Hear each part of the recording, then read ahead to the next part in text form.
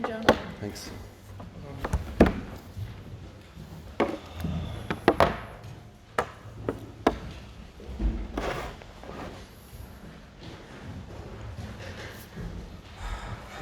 So John, 6 times down in the 24th minute, are you really concerned? Obviously, yeah, you're going to be concerned at that stage. You know, we were playing second fiddle at that point. Galway were setting the terms of the game, if you like, at that particular point. They were very strong on their own puck out in particular, but they were getting to breaking ball as well. It wasn't just all clean primary possession; they were winning with secondary possession as well, and they were that bit more efficient as well. I think we hit a few poor wides there, you know, during that phase as well. That would have kept us maybe a little bit closer. So, yeah, you're right. We were definitely, you know, playing second fiddle at that point, but the response of the boys was good. You know, we managed to close in on their puck out a little bit. We managed to get a few more possessions into our players in the middle third. Keane, David Reedy, Dara Donovan, Grode, Tom Morrissey, they came into it at that stage. Our half backline became very solid and stopped the ball going in behind them. And it was a good platform for us coming into the last 10 minutes, and we closed out the first half very strong. And I think we didn't realise it at the time, but I think the game was in a pattern at that stage that we didn't realise it was in. We were in ascendancy and we stayed there for the rest of the game.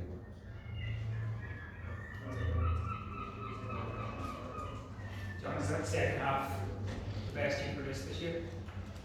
I don't know. You take different things from different games because there's different challenges. You know, we had a lot of tight games this year coming home down the stretch. I think probably we gave ourselves opportunities to finish games like we did today during the year, but we didn't do it, and we allowed the opposition come back into the games in those last 7, 8, 9 minutes. That was disappointing in those games because we had given ourselves a good platform of being 6 up, 7 up. Should have gone, you know, maybe 5, could have gone 6, and seen the game out in a more comfortable manner. And instead we made it very, very difficult on ourselves and it went down to the wire. So that for me was one of the most pleasing things, is that we just kept driving on today when we got to that position. And, you know, listen, I think the last 3 weeks has been good to us. We've had a chance to take a break, we've had a chance to get a bit of work done, and for me our performance is another step up from where we were coming out of the back of the Munster Championship, so that's encouraging. You ended up having to shake things up as well. Well, listen, it helped us. It gave us time to solve a few problems as well. You know, obviously, you know, when Declan was out, we had to solve that riddle, and you know, I'd be very happy with the way William slotted in there and the work that he got through. Really great leader, and I suppose, you know, took on the mantle of leadership in that position from Declan. So, you know, that was a really good natural fit for us there, and one that we're happy with. And yeah, just it was a solid performance. How would you assess Declan before the final? Like, is there any hope? He's got every chance. We just have to wait and see how he's able to cope with a bit of work during the next week to 10 days. We'll give him every opportunity to state his claim. We'll just have to wait and see. John, you made that call on Declan pretty early as these things go. I think it was 3 weeks ago. Yeah. Tomorrow evening. 4 weeks. 4 weeks, yeah. Yeah, when you actually declared him, publicly declared him out of the game. Yes. 3 weeks. You know, as these things are, was that deliberate that you just said, right, we're moving on, we know we're not going to happen? Yeah. Listen, we didn't want that indecision to be hanging over us, you know. So we needed, like, if he was out, we needed to have a real live replacement. So in order to give that player the headspace to really take on that mantle, the space needed to be completely cleared and no ambiguity about whether he was in or out. He was out, and it was the right call. Declan wouldn't have been fit to play today. We hope we get him back on his feet during the week onto the training field, and we'll see where we go from there. But I think that was the reason why and the rationale why. And plus, there's another reason, and that is that when you've got all that speculation and you've a lad who's trying to go to work and trying to live and get on with his life, he wants to be able to go to the shop, get a bottle of water, you know, just get on with his life, and he doesn't need people asking him, will you be okay, will you be playing, are you going to training, how are you? You know, give these boys a bit of breathing space by taking away the ambiguity and let the whole country know, listen, you're out and that's it. Okay, so nobody has to ask that question 5,000 times in the space of 4 weeks to him, you know. Did you try Garrod there? Sorry? Did you try Garrod there? No, Garrod doesn't play 6 well. Willow Donegal 3 weeks ago, John. Sorry? Was Willow Donegal the first name in your head when you... I wouldn't, no, listen, and I'm not saying no, it wasn't, right? I'm saying, for us, we had to have a conversation, you know, we had to go away and reflect for a period of time, but we also knew that we needed to make the decision, you know, pretty quickly, and once we got back in the training field and got into the serious work, that we needed to have it ready to go. So it was a brief enough conversation. We went with it and we said, let's go. And, you know, as I said earlier, you were replacing a leader with a leader, and a guy who's very experienced with another very experienced player.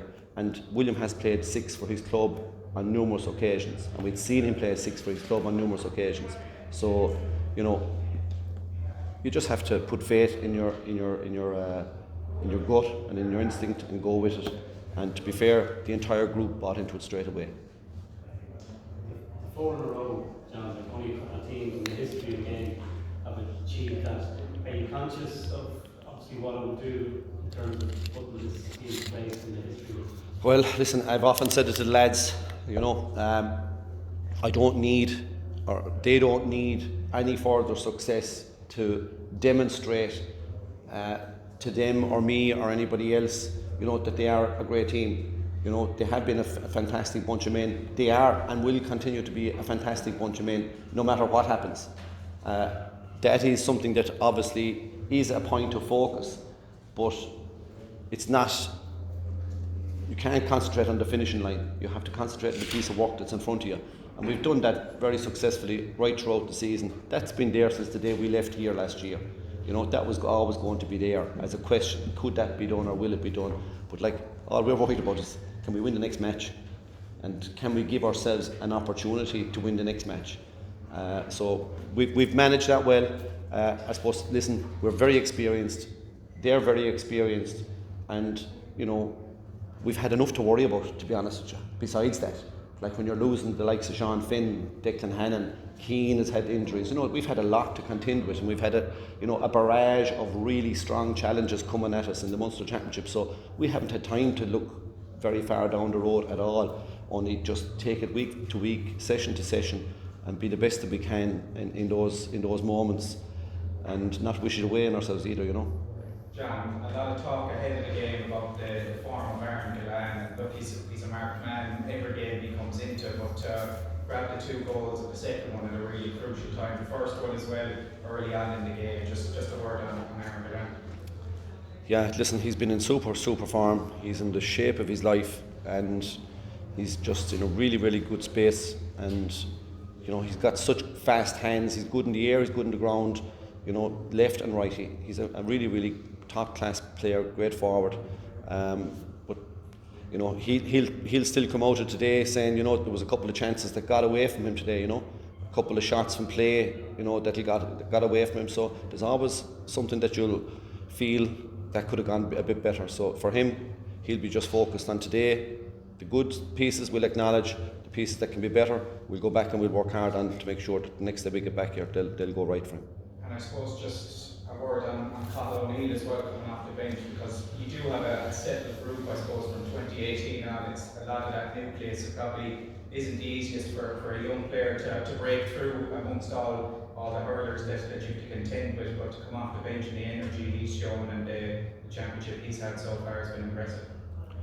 Yeah, he's shown a lot of maturity for a young lad. He's had a good bit to contend with. It's not easy.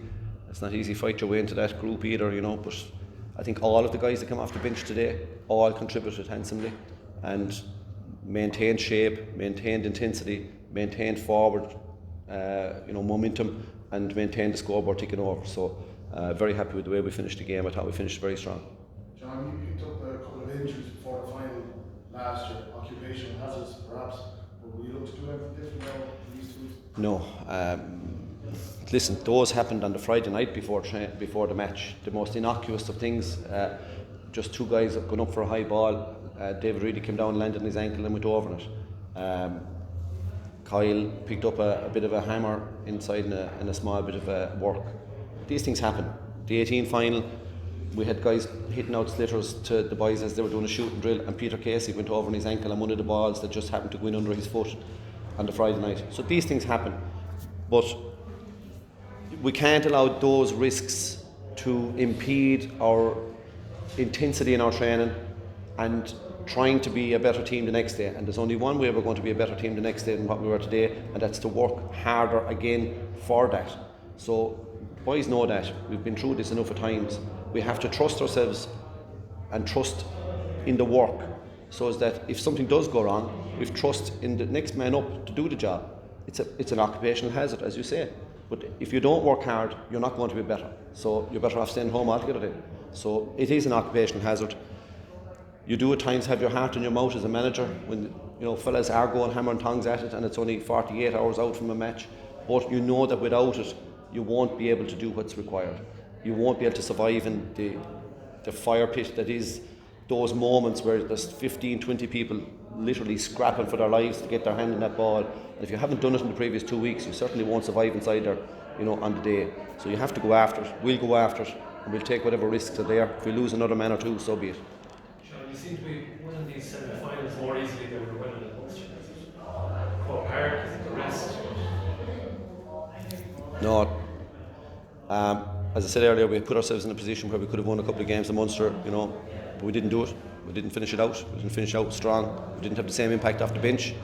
We didn't finish athletically as strong as we did today. So listen, there's no parallel, there's no correlation, there's no relationship. It's just the way the game went today. That's all. Who will win tomorrow, Jim? I have no idea. Would you be staying here in Croke Park for? Sorry? Staying in Croke Park for the match, or you going home? Oh, we're going home. Finish up now. Lovely. Thanks, lads. From Radio